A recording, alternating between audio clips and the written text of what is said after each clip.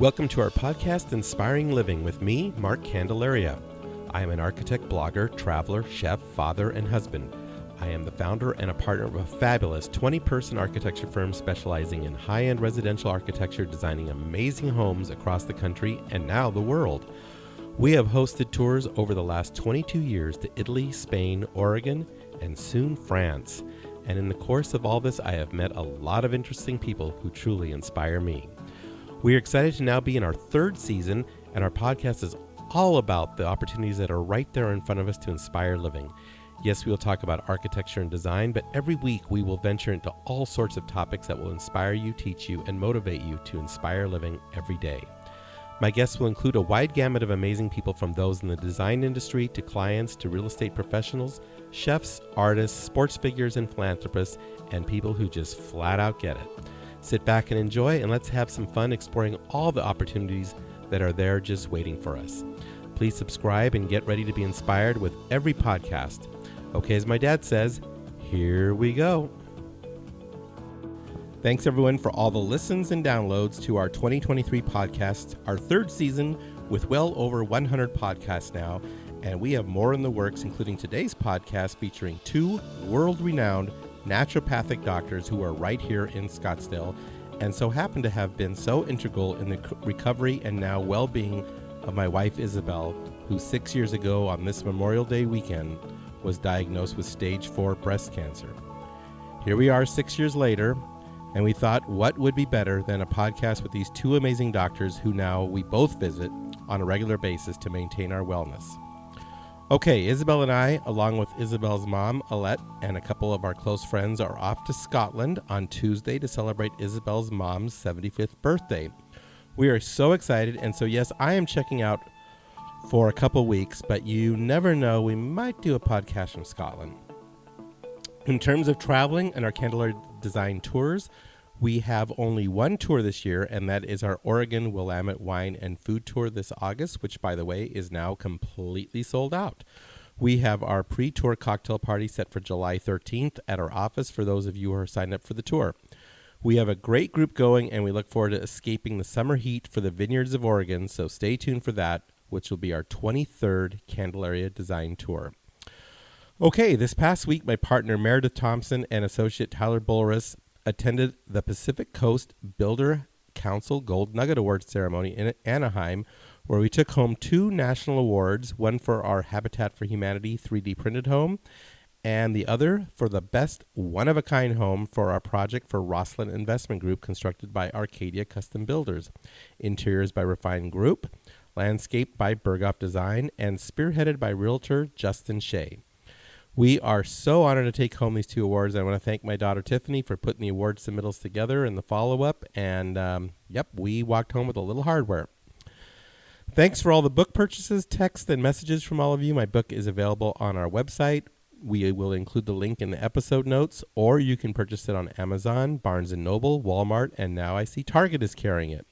178 pages featuring 12 amazing Candelaria design homes accompanied by 12 of my favorite recipes.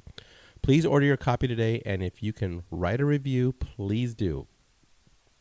Okay, thanks to Scottsdale Modern Luxury Interiors magazine for featuring our work on 19 pages of their May issue, and finally a big shout out to our friends at Lux magazine for our feature in their May issue of an amazing contemporary Candelaria design home built by Brimley Construction, with interiors by my wonderful friend and amazing talent, Anita Lang.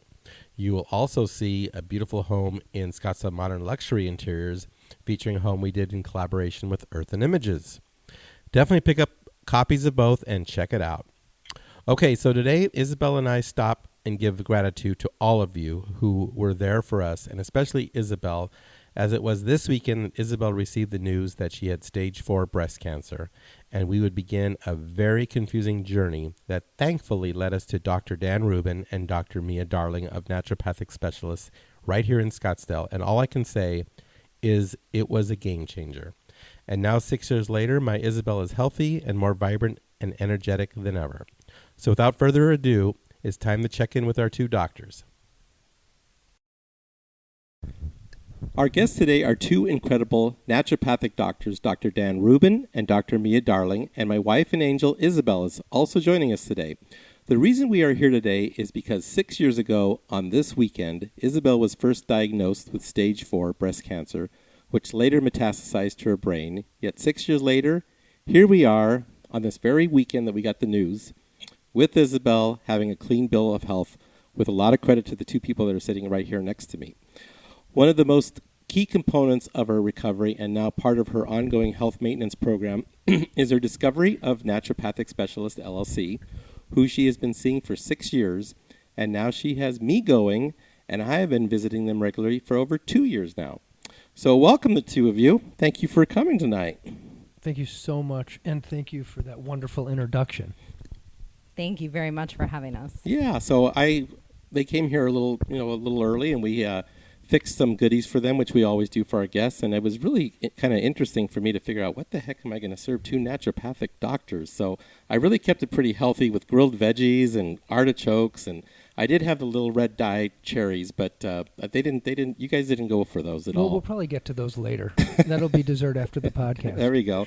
So welcome, everyone. Let's start with telling our listeners about naturopathic medicine and what makes it different from traditional Western medicine. I'll let you go first, Dr. Rubin. This is Dan Rubin, and it's by far and away the philosophy and the approach to the patient. In school, well, I guess to get into school, you have to just be attracted to the naturopathic concept, and unfortunately, the way that conventional medicine has gone has really become more divorced from just the state of being of a human being, and is more geared towards mechanistic medicine with fancy drugs and fancy diagnostic machines, and we're simply not that. Right. Yeah. We're simply not a compendium of pathologic problems that are mere deficiencies of drugs that were created and conjured by humans. So that, I think, philosophically speaking, I don't know, Dr. D, what do you think? I think for me, what drew me, coming from kind of the classic background of research and being in a laboratory with petri dishes and cell lines and all the rest of it, and thinking always that I was going to go into the medical realm and spending a lot of time in that world, kind of shadowing and doing different things at hospitals and different offices. It just, I even applied to MD, PhD schools at that time. And in that process, found that naturopathic medicine existed and never looked back. Wow. Forgot about the MCAT, forgot about all the applications I did, and found that this made the most sense to me because it was about people, and it was about prevention, and it was about all the things we could do before we got into the rest of the system, and getting to hear their stories and what makes them tick, and having the time to do it, and really being the best at knowing what's going on with that person and spending enough time that they actually have time to share what's going on in their life so that you can address them as a person and not just writing a quick prescription and sending them out the door. So for me, that was the most attractive part. Well, and that's what has drawn me to the two of you. I mean, Isabel was talking you both up just tremendously, especially everything that she went through. And she finally said, you got to go in there and just try it. And I met you, Dr. Darling, and I was just blown away, to be honest with you, and you kind of did this whole testing thing and got me all diagnosed, and I'm a work in progress, but we're getting there, right? And it was so much fun when you came in because you had been watching things and you had specific questions that you were interested in, and I think that's the nice part too, is I learned a lot from you just by researching some of the things that you brought up, and I was, we're always learning, we're always growing. There's always so many more things to discover out there. That's exactly right. So why don't you both describe what you specialize in specifically, each of you on your own? My first? Yep, go for it. I am a board-certified naturopathic oncologist, and in the state of Arizona, and I do sit on the board, our licensing board. It is unprofessional conduct to put yourself out to the public and refer to yourself as a specialist, actually, without oversight by the board. So in order to get recognition as a true oncologist, because that's all I was doing, since 1997, besides briefly working with the school and helping to run their HIV clinic in the late 90s, early 2000s, which at the time went hand in hand with hematology oncology, because a lot of patients with HIV at the time were seeing hematologists just of the complexities of the disease, and also their tendency to develop certain sarcomas. Just put those hand in hand. Anyhow, that was my interest. Anyhow, you needed recognition by the board, so we started the board certification, which is a national organization. I focus 100% in the world of oncology, and this is all ages. We ventured into the world of pediatric oncology about 12 years ago after the need was demonstrated and the need for good, quality, integrative medicine in pediatric oncology. So locally, we work really hand in hand, truly hand in hand with Phoenix Children's Hospital. And then otherwise, it's basically malignancies of all type, hematological issues, and it sort of the U.S. is not where we stop. We've treated people from many different countries. I think we're going on 19 countries. Wow. And all the states via telemedicine. So it's an naturopathic oncology practice. Yeah, that's interesting. Dr. Dolly, tell us about your specialization. So my role at Naturopathic Specialists is general naturopathic medicine. We have 3 board-certified naturopathic oncologists, Dr. Rubin, obviously, Dr. Coates, and Dr. Allschuler. So my role is the general stuff that you'd expect when you go see your primary care physician. So typically they're drawing labs, they're doing diagnosis, and then they move on to, analyzing those labs and seeing if your blood sugar's high or your cholesterol's high, and then usually prescribing a medication for those things and telling you that you should probably do some diet and lifestyle interventions. The nice thing about what we have is we have lots of tools we can work with, from nutrition and from supplements to IVs to ozone therapy to acupuncture to chiropractic, and really getting at the root cause of what's going on with that person instead of just giving a medication for what is being expressed. We can really work with addressing those things, educating people so that they can make better choices and they can remain healthy rather than just continue to medicate and live with a disease. So that's kind of my passion within our office. Interesting. So I want to know how you got into the medical profession from the very beginning. Like when you were 12, did you want to be a doctor? Yeah, I did. Well, actually, it's kind of funny because I know your love for animals. So originally I wanted to be a naturopathic veterinarian. Oh, wow. But I didn't know it was called naturopathic at the time. I wanted to do natural treatments for animals. And I even moved to California so I could become a resident there and go to UC Davis. But I'm sadly allergic to everything on the planet with fur. So kind of transferred that over into humans. But I always knew I wanted to help and knew that I wanted to go into the medical realm, and went kind of from undergrad to doing research and kind of exploring what avenue I wanted to be at. Worked with a few hospitals in Maine and had the privilege of interviewing lots of people from the community and writing a business ethics statement. So I got to interview a lot of doctors at that time, and there was a lot of changes going on in healthcare, and decided after those interviews that maybe that wasn't exactly the path for me, even though I knew I had to do something to help people. So finding naturopathic medicine was the perfect solution for me. And you went to UC Davis? No, I wanted to go to UC Davis Okay. if I was going to be a veterinarian, but I went to Brown for undergrad, Brown Okay. University for undergrad, and then took some graduate classes at Tufts University as well. Gotcha. And then ended up doing some research at New England Medical Center on Lyme disease, research at John Wayne Cancer Institute on melanoma and prostate cancers, and then decided I missed the human aspect of it all, and that's when I went back to school. Interesting. And then how did you end up at Naturopathic Specialists? So Dr. Rubin taught in the medical school back when I was in school in the early 2000s. And from the second he got up to give a lecture, I was instantly enamored with his brain and all of the pathways that it held, and how he could put together both the traditional from, the Eastern type or Western type, medicine of chemo and radiation, and how all the supplements worked and the pathways that they all worked on and what you could do when you should test for things and all these different markers that he was looking at for prevention. And spent a lot of time doing rotations through his office when I was a student. So we met in the early 2000s, and then he was looking for someone at his office, and I was looking to relocate back to Arizona about 4 years ago, and have been in his practice ever since. That's great. That's a good story. And Dr. Rubin, tell me your story. I will, and thank you, but it's nowhere near as fancy and glamorous as Dr. Darling's. So mine began in Iowa City, Iowa. I'm a Chicago boy and went to University of Iowa and graduated with a degree in what everybody's seeking, existential philosophy, which I contend is still the number one degree that I did get and should have gotten for what I do, because I am trained to argue and create arguments. And every day I put together an argument for why I think somebody is where they are, why they're in my office, what I found, and what we're going to do about it. And we write those arguments out and come to conclusions. That's a treatment. That's a diagnosis and treatment plan. Yeah.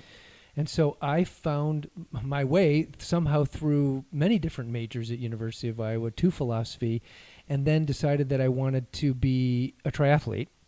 So after I was back in Chicago canvassing door to door for the National Environmental Law Coalition, and my father looking in the paper every day in the Help Wanted ads, and he said, I still see no ads for Philosopher Wanted. I decided I went back to Iowa City and worked in a health food store where I could then train for my triathlon, which this is back in 1991, I think, or 92. And I met a gentleman, a physician named Philip Lansky from New York, who was an MD and a PhD, who rented a suite of offices that was adjoined to the health food store. And he saw my interest in what the heck was going on there and my love for health. And he brought me into his office, and he had hundreds of homeopathic remedies on his wall, and he forbade me from touching them. Don't ever touch them, he says. They could transmit. And then when you would open his closet, he had raw Chinese herbs. He married an Eastern woman, and they made Qigong videos. This is the early 90s. Oh, my gosh. And he told me about naturopathic medicine, encouraged me to get my MD degree and then do what he did, but I simply wasn't fit for that. And he showed me a thumbnail advertisement in the East-West Journal for this new school called Southwest College of Naturopathic Medicine. I just decided I was in, passed the psychological test put forth by my parents to make sure that I wasn't, that, here's this philosopher guy that they thought was strange and liked strange music and running. Where did he come from? And then I went back to community college, took all my science prerequisites, got rejected from my first naturopathic school, and found my way out to Arizona, and here I am. Now, how did you end up in Arizona? Oh, because I got accepted to Southwest College of Naturopathic Medicine. You go. Yeah, I got rejected. Had you been to Arizona before? I had not. Fortunately, one of my mom's dearest friends from childhood was here in Scottsdale, and so I at least had someone that I knew and could feel like a home base. But I rented an apartment literally right next to the school, drove out here in my. So what year was that? That was 1994. Okay. I got here in 94. So I've lived here more than half of my life. Yeah. That sounds familiar story. So Isabel, it's your turn. How did you find these two? Well, I had to find someone to help me get through my cancer situation that I had. And so I had been a fan of naturopathic medicine already. And so it seemed very normal for me to want to find someone who could help me with that. I'm getting a little buzz here once in a while, so we'll try to keep going. So it was 6 years ago. I remember that day. I remember sitting in the parking lot right after we walked out and with the diagnosis. And we went up to our friend's cabin up in Flagstaff that weekend with the news that she had just been diagnosed with stage 4 cancer. And I remember the whole thing just kind of seemed like really, is this really happening? I mean, you don't. It's hard to absorb, I guess. It was for me anyway. It was kind of confusing at first because they basically just take you in there. I actually originally was diagnosed with stage 0 DCIS, which then just needed more testing. But every appointment that I went to, it got more complicated. The second person I saw said, I can't even help you. I don't know why they sent you here. You're also being tested for lymphoma. Oh, that's right. I remember that. So not even really knowing what I had or what kind of, breast cancer I had. Very confusing time. So it was great when I found you guys. So you mentioned you just kind of got me on a good path right away, I feel like. And I think the reason we found you, to be honest with you, is we put the story out there. We didn't hide the fact that she had cancer. We put it on social media, not in a way like, hey, guess what, she's got cancer. Let's, that's cool. It was more like we did it to let people know what was going on with us and to pray for us. And through the course of doing that, Karen Shapiro, I remember she called me and she goes, have you heard of Dr. Rubin? I said, no. But she goes, she's told me all about you. And I told Isabel about him. And I think you made an appointment. And yeah, for me, that was like the first appointment where I felt there was going to be some clarity. Yeah, it was a confusing mess just the way before you that. analyzed everything. And your approach, if I remember correctly, was like not to boost my system while I'm going through chemo and radiation, but more so just to protect it and keep it as healthy as I could and let the chemo and let the radiation do what it was supposed to do, but just give my body what it needed to heal quickly. That's definitely a philosophy that we hold with the way I understand things in the world and practice of oncology in general, and how I think naturopathic oncology fits in, is that we are not good at killing the cells. Conventional medicine has that role, and there's so many other levels to the successful treatment of somebody who has cancer to somebody who had cancer and isn't with active disease anymore. Right. And there are a number of gaps to fill in the conventional medical model, and one of those is education. And one of the highest precepts that we have in naturopathic medicine is called dokere, or doctor as teacher, which, the original dictionary definition of doctor as teacher is, we agree. Yep. And that's something that we really hold true at our clinic. And it sounds like that's what we did. Is a lot of people say, don't really understand what it is. There's this diagnosis. Right. And I had studied, I think it was back in 2004 or something, there was a publication by Breast Cancer Update, which was the Patient Perspectives Project. And it was a whole audio series that I used to play when I wasn't with patients about women's reactions to their initial diagnosis of breast cancer. And I really learned something from that. Sounds like this is what we talked about. Yeah. Yes, exactly. I mean, it was so confusing sometimes. And it was months. Yeah. It wasn't, because you're waiting for appointments. You're going through this list that they tell you to do and waiting for the next appointment, and then still not getting answers. So how often at that point did you see Dr. Rubin? I think I went in once a month. During all of your radiation treatments? And during chemo and radiation. I feel like it was about once a month, or I'd have blood work every 6 weeks. We would sit and we would talk, something. we would treat, and you were doing treatments. And I think we met you, I believe, 6 days after you engaged chemotherapy. That sounds about right. That sounds right. So I was already in it. Yep. What I love about it is I really do believe that the body has an innate ability to heal itself, and what you're doing with your practice is giving it what it needs so it can do that. I can remember being at my sickest, maybe on my 16th week of chemo or whatever, and just feeling so tired and so sick, but still having like life inside of me that wanted to beautifully said. Keep going. Yeah. So tell us more about naturopathic oncology and the whole treatment plan and program. I mean, cancer I hear stories. I think I would say once a month I hear about someone who's been diagnosed with some type of cancer that I know. So it's so prevalent, it seems like, out there. It's getting more prevalent. Right? And we've been talking about some of the reasons. It seems to be getting more vicious. Yeah.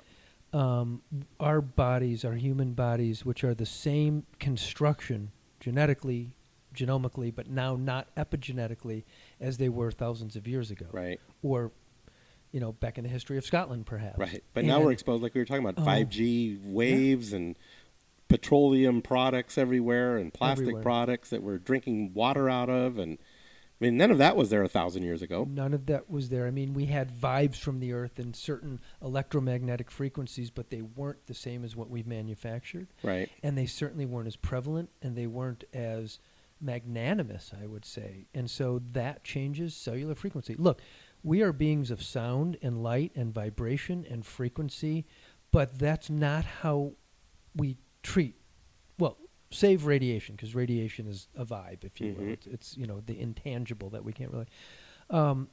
But internal medicine and the use of medicaments or IV therapies or supplements or medicines, they're all treating it a certain level that's different from sound and vibration and light. And so naturopathic medicine takes into account a lot of that. So we have some of those modalities at the clinic. Not all naturopathic doctors do. We have hydrotherapy, which is one of the great unsung treatments that rarely gets talk about that. What brought is up. that? Hydrotherapy, it's simply healing with water. And Dr. Darling knows, I mean, you know a lot about hydrotherapy too, which could mean changing the drinking water of somebody. That's literally hydrotherapy. Or having somebody end their shower in 30 seconds if as cold as they can stand. To change their blood and their hemodynamics and to change the way that it perfuses their organs, all the way to a traditional in-clinic, what we call constitutional hydrotherapy treatment, which is alternating hot and cold. Yeah, interesting. And the essence is wrapping somebody up in a really warm in a blanket and then unwrapping them, exposing them to a cold towel, wrapping them back up, and they have to heat their body back up. And in the world of oncology, that stimulates the immune system. It raises white blood count, which is a really big thing when you're going through radiation and chemotherapy or taking other drugs.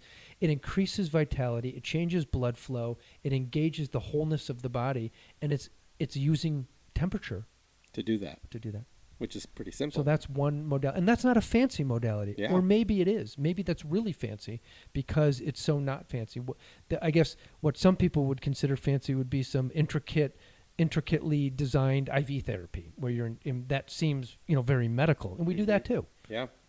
So I should jump in the cold plunge at the village when I go. Absolutely. Cold plunges are amazing. I avoid it. It's like, oh my God, that looks so cold. But it's probably pretty good for me, right? Well, especially coming out of the to an steam shower, or vice versa. It is, and ending in cold is a real phenomenon. So end in cold is what I should because do. if you end in, so it's about blood flow, and when you are hot, your blood flow is in your skin. It's not inside in the deepest parts of your body, and so there, your brain regulates your body temperature and responds, very quickly to that cold. Huh. So that's interesting. So Dr. Darling, pipe in on this. I want to hear your thoughts on some of these treatments and protocols and things you guys do, because I find it all just amazing. Now, Isabel knows a lot more about all this than I do. I learn everything from her, but I want to hear some firsthand things from you.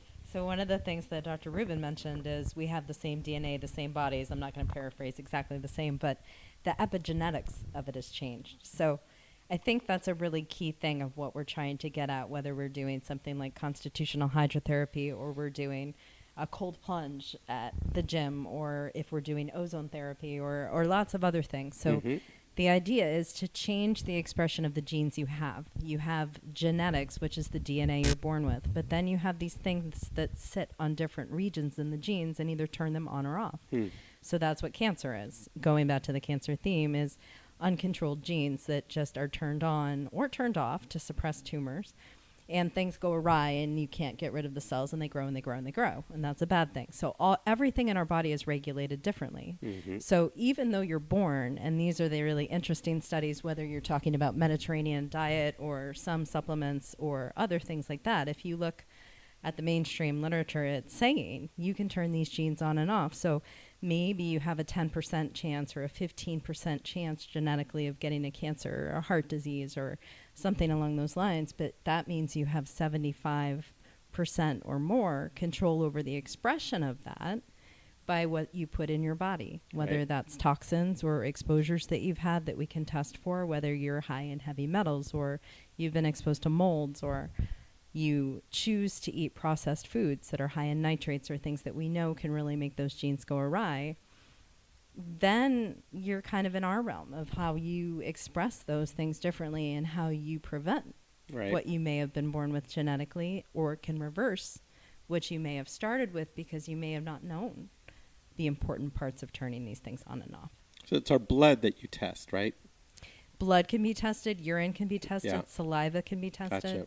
So there's lots of different ways depending on what you're looking at. To build the story of what's going on with this person. Very much so. And there's all the conventional tests that you do when you go to the doctor through LabCorp or Sonora, but we have a lot of specialty tests too that can look at different pathways in the body and look at kind of underlying causes for things that I think people just may not completely know exist. Right. And when you're looking at things on the internet, because there's so much information out there now, how do you choose which one?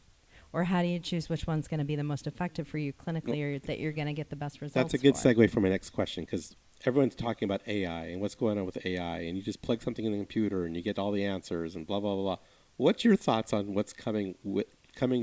How's the AI going to be affecting the medical profession from what you know so far? It was interesting because I got a pop-up on my phone today too, and a couple patients did as well and mentioned to me that they discovered, I think it was stated, a new antibiotic today that treats heard that one. Bacteria that's resistant to all these things, and how much of a breakthrough it was going to be because AI discovered what that antibiotic was going to be.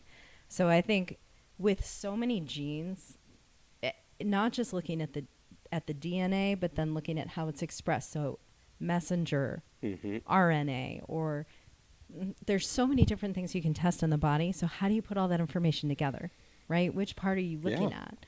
The protein, the gene, the expression of it, the promoter region of the gene. So I think the more you have something that can go out and collect Just information, get all of it put together quickly. There's so many things we don't know yet. Yeah. No, I've only dabbled with it a little bit, and not on the medical side, on the architecture side.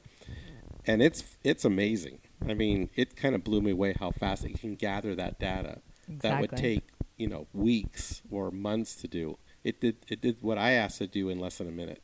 I think another news story is they're saying, how can it be applied in medicine too? Yeah, that's what I'm getting at. So I think it passed. But I'm worried about patients, forming their own diagnosis off what AI tells them. I mean, how do you know if that's right or not? I agree. That would make me very nervous to say, okay, well, this is what AI is telling me. I wonder if I should try this or should I go see Dr. Darling? I know what I would do. There's so many questions, right? And as we explore this technology more, I think it's going to have a lot of benefits, but I think there's going to be some parts too that... Oh, yeah, didn't work out so well. Exactly. Yeah. So the other one that you and I have talked about sometimes is that podcast I had heard with Dr. Sinclair on longevity. Right. And, I mean, all this ties into living a longer and healthier life, right? I mean, that's the goal, right? So what things are you seeing in terms of breakthroughs in terms of longevity and just living that healthier life? You've mentioned some of it already, but... Right, so a lot to do with diet and the proper things you're putting in. So I guess the basics that you describe is you want to get rid of the bad stuff, take the bad stuff out or not put it in, and then put the good stuff in. Yep. So along those lines, you're looking at things that are... It's interesting because a lot of the press is saying antioxidants prevent disease and we have to take more antioxidants. But what we're finding, and one of the things in the Sinclair podcast that we were discussing was sometimes when you do just a little bit of damage to things, your body goes in and repairs. So when you're talking about putting your body under a small amount of stress so that your body can go in and fix things and repair things, right, that's what we're finding. So a lot of things are coming down right now. We're out. A lot of people have heard intermittent fasting and taking, putting that body under stress just a little bit, or low calorie diets or calorie restriction, or testing what's happening on the level of DNA dividing. So we know if we cause just a little bit of stress, the body goes in and it starts reversing some of those changes. Interesting. So and there's a lot of modalities we can do. It is. Yeah. But like Dr. Rubin said, if you mix things up a little bit and create more blood flow, it has even more benefits. So alternating the hot and cold as well. So another one that Isabel and I talk about all the time is when we go to Italy and we eat the food there for a week or two, we feel so good. And then we come back here. Well, we don't even have to come back. We get that first plain dish or whatever they serve us on the flight home. And it's like, oh, God, I feel so horrible, like instantaneously. What do you both think about our food supply in this country? Do you want to start? Is that me? Yeah. Oh boy. And what's going on? Oh boy. Well, we are. Don't you think that's one of the biggest culprits? Or the biggest, besides stress, but that is a form of stress. Yeah. And I think just to hit on what Dr. D was saying.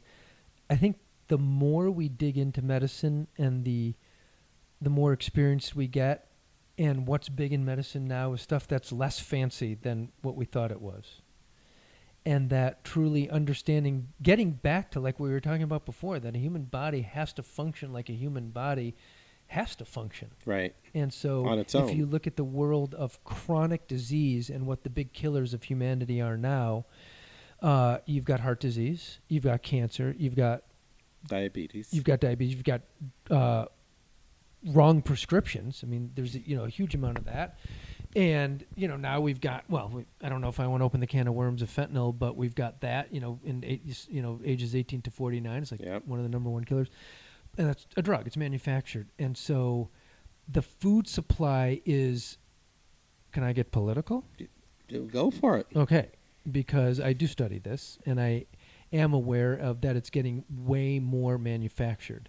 Yeah. There's a movement away from animal proteins. I don't have a problem with animal proteins. I don't choose them for myself because I don't particularly feel great on them. Mm-hmm. I do eat fish and sometimes eggs. But there are some times when a nice steak is right for a person and maybe not chicken. Right. When you look at the biochemical aspects of it. So moving towards more factory farming, that food is going to be tracked. Every leaf of lettuce is going to be tracked, which means that it's going to be produced in a very factory-like manner. We see that there is a sort of disillusion with the American farmer, and a lot of them are going out of business. And there are bigger, behemoths coming in that are owning the land and that are literally chemically farming the land. And we, in my opinion, should stay far away from that. Personally, I'm not saying, aggregately as a growing population. So, and then the ultra-processed foods. And there's a higher incidence rate of chronic diseases when people consume a diet high in what are considered ultra-processed foods. Yep. And that is basically what we have. We were talking earlier today in your kitchen about the lettuce that I bought was already in plastic. It's different than taking it out and putting it in your own plastic bag and then... well, that's what I love about going to Italy. Last time we went, she made a salad. She went out in the garden and cut it. Yeah. You can't get a better salad than that, I think the oils we use, how we prepare them, the ingredients, and I would go all the way back to, if you will, the vibe of the food, which is based in intentionalism, the seedlings, the fertilizers, the types of fertilizers and nutrients that are used, and that's represented because our body understands food in a way that our brains don't really understand food.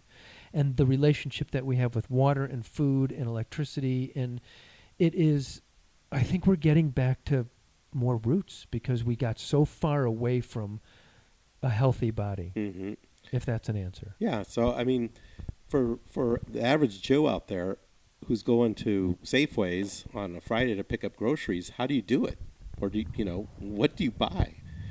You're not buying stuff that's frozen. You're not buying stuff that's in cans. Well, you're trying to buy fresh and prepare it yourself, You right? can. So sometimes, then maybe Safeway isn't the best example of that. Maybe we're headed more towards natural grocers or something with but they are trying. I mean, even, bigger stores are trying, and they've captured the organicness of things. I have been buying organic, I think, since I was 18 years old. Here I am, 54 almost. That was my mom. She bought. Used to go to the health food store and buy everything at the health food store back in the 70s. So we were trained that way. It was an interesting comment that you made, that you eat and you feel so good. Maybe it's because there's less gluten in the wheat in the pasta or something like this. And then you come back and the first meal you have, you just feel the bomb. Yeah. I mean, it's instantaneous. And what's interesting, we take people to Italy every year. And they say it. I mean, they all come back and they go, I just can't believe how good I feel eating the food here. I have to say. So it makes me so mad. It's like, why can't we get our act together in this country to produce good food? And I think it's what's causing a lot of the problems with cancer and diabetes and all these things that we're dealing with. It's fundamental to life, obviously. Yeah. And it is. And I would agree. Yeah, so I'm going to change subjects on you here real quick. I mean, I'm an architect. I get to design buildings. People move in my house. La, la, la. It's a lot of fun, and, no one's going to die. How do doctors deal with that? I mean, you're dealing with people that are so sick, and it's got to be just so I just don't know how you guys do it, to be honest with you. I mean, it's just, I'm always amazed at what doctors do. For me, I think if you can hold their, not literally hold their hand, but I think if you can meet them where they're at and you can offer compassion and you can offer quality of life and you can make everything a little bit more graceful and a little bit more pleasant, or you can make them laugh when they're in for their appointment. I think all of us, from our nurses to our front office desk to the doctors and naturopathic specialists, we always have that patient in mind. And it, whenever someone is reaches a point where if ever they become no longer part of our practice, we're sending them a card that we've all personally signed, and because we know them. We know them as people. And for me, going in there every day and being able to make people smile and get to know them a little bit more is what makes me able to do it and know that I'm helping no matter where that person's at. Yeah. I get that feeling when I go there. I love your little pictures of the family stuff where I get my blood pressure taken. There's I don't know the nurse's name. Yeah, the nurses. But she's got her little kids there, and she goes to Oregon or whatever. Yeah. But that's just what I mean. It feels like I'm going to someone's house. I'm not going to the doctor's office. It feels comfortable and friendly, and I always like that. So that's part of the realistic nature, and all adults understand that they're going to die. Yeah. You know, and kids do too. So there's not much rougher than when one of our pediatric patients dies. But I think what people appreciate is when we talk to them about, or ask them the question, do you want to live? Mm-hmm. And we do that because some people would surprise you with their answers. And the understanding of mortality and bringing it up and not being afraid to voice that with them, I think they appreciate that. You can get that out of the way, and then you can talk about the other things. Right. You asked how do we deal with it, and people ask me that quite a bit, my friends. I think it's also, you have to be built that way, and you have to understand and have a deep understanding of mortality. And I am not an architect of buildings. I don't understand. I'm sitting in your beautiful house, and I can't see how these things are put together. It's not in my mind's eye. But I think, Dr. Darling, I don't know how you feel, but you either are or you aren't able to sit with people and have those tough discussions with them. And then, although we may emote about it, it doesn't necessarily stop us from going on to seeing our next patient. Yeah. Does that make sense? Agreed. Yeah. Absolutely. So what do you do to relax and unwind? I just like to go cook. What do you do, Dr. Darling? To relax and unwind. I ask all my visitors this question. I'm always fascinated by what they do to relax. You know, as stressful as sometimes it is, running from work to busy activities with two, younger boys after work, a lot of what they do for me is a passion and seeing them grow and seeing them develop. And I guess at this point in my life, the season I'm at, they're one of the things that's the best thing for me to get my mind off of everything else. Yeah. And like you, I like to cook nowhere near as gourmet. Oh. I would never, ever want to cook for you because your food is amazing. And exercise too, running, hiking, getting outdoors, yoga, connecting with friends. Good. One of the best things for me is just being able to. Yeah, that's what we like. We like just being around friends and being around good people. Sit back and have a good conversation just like this. Absolutely. Dr. Rubin, what about you? I'm very fascinated to hear what you say. Because you run and you... Trail running is my video game. Okay, there you go. And running downhill, you try not to die. And so that I just try to not die just tripping over my wires here in the living room. I agree. Coming home to family. I work with my wife. She's a naturopathic doctor, too. Oh, and she's at the clinic. She's not actively practicing, but she's more the CEO of the clinic. Gotcha. And coming home and seeing in the teenage mind and playing a role and then playing with our dogs and collecting watches. Yeah, I was looking at your watch. I was looking at your watch, too. Yeah. But yes, trail running, on my own and out there. So how often do you get out to do that? I mean, I try and run 5-6 times a week. That's really good. I can run trails from my house, but getting on better trails would be Yeah. on the weekends. Yeah, Yeah. that's good. Thank you. You're very disciplined. It's just fun. Yeah, I you like it. enjoy it. But it's summertime, and I have had enough of almost stepping on rattlesnakes, and I'm terrified. And so I've calmed down over the last few years. Yeah, that's true. So talk to me, Dr. Darling. Tell my listeners, I'm not going to worry about my HIPAA laws and all that stuff. What do you give me when I go in there? I know I get the ozone, right? Yes. So tell us, and so does Isabel. You get the ozone all the time, right, Isabel? I do. I love ozone. Yeah, so tell us about that real I have quick. permission, right? You have to say full all permission. these things. Yes, she has full permission. So one of the treatments we offer, and we find it's just a fascinating treatment for rebalancing the immune system and anti-aging and reducing inflammation and all those things, is major autosanguineous hemotherapy. Wow. Which we call ozone I like UVI. ozone. That's a lot easier. I know. That's why we call it that. It's much easier to say. But essentially taking out a little bit of blood, treating that blood, and putting it back in your own body. It doesn't take very long, and usually people feel great after because, it does a lot of things biochemically along the lines of what you were saying for anti-aging, mitochondria, all that stuff. And then sometimes we can follow that treatment with, in your case, a Myers IV, which is a basic IV that gives us general vitamins and minerals like vitamin C, magnesium, calcium, lots of good B vitamins that help with stress and energy. And that's dripped directly into the vein over about an hour. And it's a great boost for all of us that deal with a lot of stress and having to get all those things in the air and in our world that we talk about, the toxins, out. And energize us once again so we can go on with our daily busy lives. Well, people are always wondering. They're always asking, how do you have so much energy? Well, now you guys know exactly how this happens, okay? And see, now Janice, who schedules all my appointments, she's gotten real smart because she used to schedule me on Tuesdays and Thursdays. And, of course, Andreoli's is just down the street. So I would leave you and then go to Andreoli's, have a big pasta. It's like, wait, this is defeating the purpose. I don't remember hearing that during I your haven't intake. told you that. So now she schedules me on Monday because she knows Andreoli's is closed and I can't go there. So that is a great assistant. So I think you two are up to something, but we've never spoken, I promise. So Isabel, tell us about some of your treatments and what you've been doing. I mean, you're on year 6 here.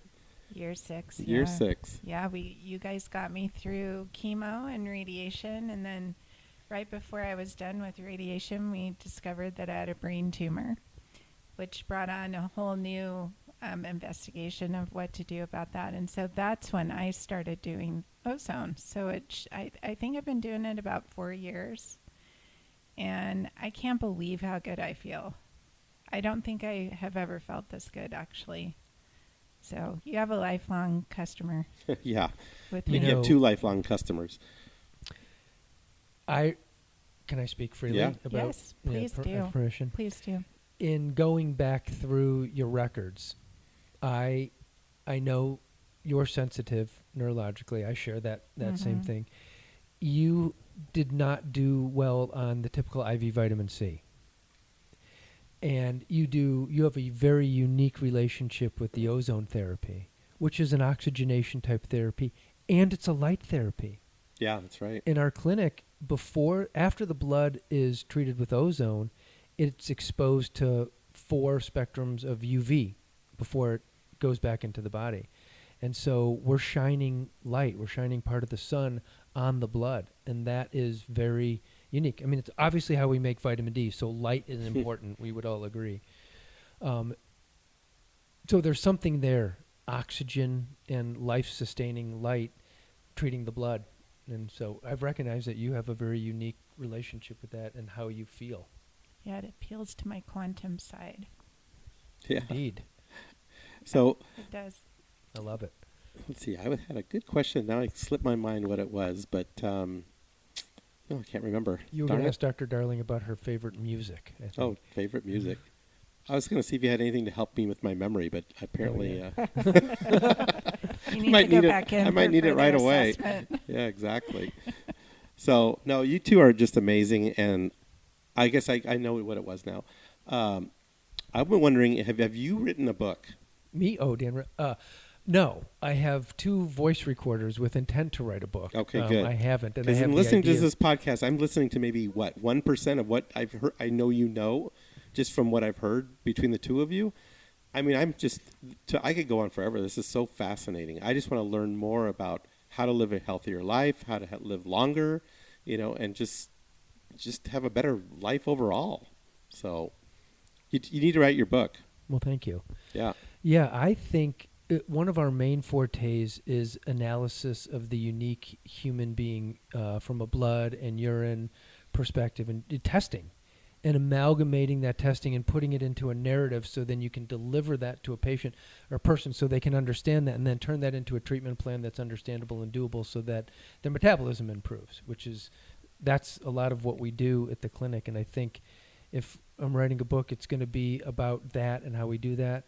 We've got various ideas of the philosophy of cancer and how to think about it, which I think people need to understand, how to just think about it. What does this all mean and how serious is this? And then other ideas. No, you're onto something there, though, because that's what I experienced with going through this with Isabel. Is there's just so much that you don't know, that you feel, that you're trying to understand. There's a whole nother side to this from just family members and what they're experiencing in, watching her lose her hair and the whole thing. It was so hard, You just didn't know from next day she's still going to be here a month from now. Wow. That's heavy. Yeah, it was hard. And personally, every day I wake up and I see her laying in bed next to me. That's the happiest moment of my life every day. And it's like, whatever happens the rest of the day, it doesn't matter. That's like, I've got my angel next to me, and that's all I need. So thank you to both of you for that. Yeah. You're welcome. Thank Means you a lot. so much for helping me get healthy again, and how much I've learned from both of you. We say keep Dr. learning. D is she's my pit stop. So I go in and she does all my treatments, and then I'm off and running to your next. Yeah. I know, always. Yeah. Well, thanks so much for joining us, both of you. What are the best ways for our listeners to find and contact with both of you at your clinic? Our URL is listenandcare.com. Okay. Listen and Care, all written out. Our phone number is 480-990-1111. We are on Facebook and we are on Instagram. I see you there, and I tag you guys when I get my IVs. Thank you. So I appreciate it. So thank you both so much. Keep up the great work and keep inspiring us with everything you do. Thank you so much. Thank you so Likewise. much, and thank you for the amazing food. Thank you so much, Dr. Rubin and Dr. Darling. Isabel and I cannot thank you enough for making the time to do this podcast and for all you have done for the health and well-being for the two of us. You are both amazing and definitely inspiring, and I encourage all of you to check them out. They are amazing. They're up there on North Scottsdale, kind of 92nd and Shea area, and they have a beautiful facility, and get in there, check them out, and they'll check you out. Trust me, they do a great job. Okay. So we have some great podcasts coming to you in the weeks ahead, so stay tuned. We are excited to head out to Scotland and take a few days to decompress. We will be staying in Edinburgh and have reserved an Airbnb, so we will definitely be doing some cooking, but also plenty of exploring, so stay tuned on our social media. Thanks for your continued listening. Thank you also for the ratings and reviews. Please give us a rating and review, as it really helps promote our podcast. Let me know what you did. Let me know that you did, and you might just get a signed copy of my book. We do our best to inspire living in everything we do, from our podcast to our cooking classes, our book, our homes, and our tours. Okay, have a great week, everyone. Stay safe, and let's all live our lives with love, compassion, grace, and positivity. Thanks for the listen, and we look forward to connecting again real soon. Because Inspiring Living is all about the people and the organizations that inspire us, we are excited to have Monogram Appliances as one of our sponsors. Anytime we do a new kitchen or a kitchen remodel, Monogram Appliances are what we recommend to our client. Their appliances are the definition of luxury, meticulously detailed using the finest materials and an ownership experience that is second to none. This is how Monogram is always thinking ahead and inspiring and elevating the kitchen experience. Because at Monogram, they don't just elevate one thing, They elevate everything. I want to say a big thank you to my good friends at Stockett Tile and Granite Company, where your project is our priority. I want to thank the Stockett team, along with so many others who contributed to the success of our fabulous demonstration kitchen and our new Candelaria design office expansion. You will have to check out online our video cooking classes, and our kitchen is amazing.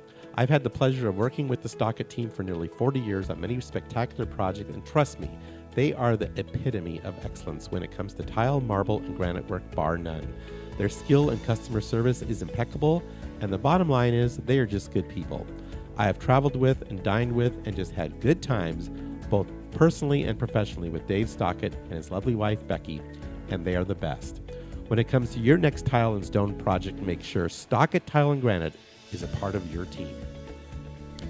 Thanks for listening. We hope you enjoyed our podcast.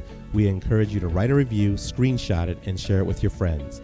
Please instant message it to me and follow us on Instagram and Facebook. We thank you for listening, and we look forward to sharing more insights to inspiring living next week.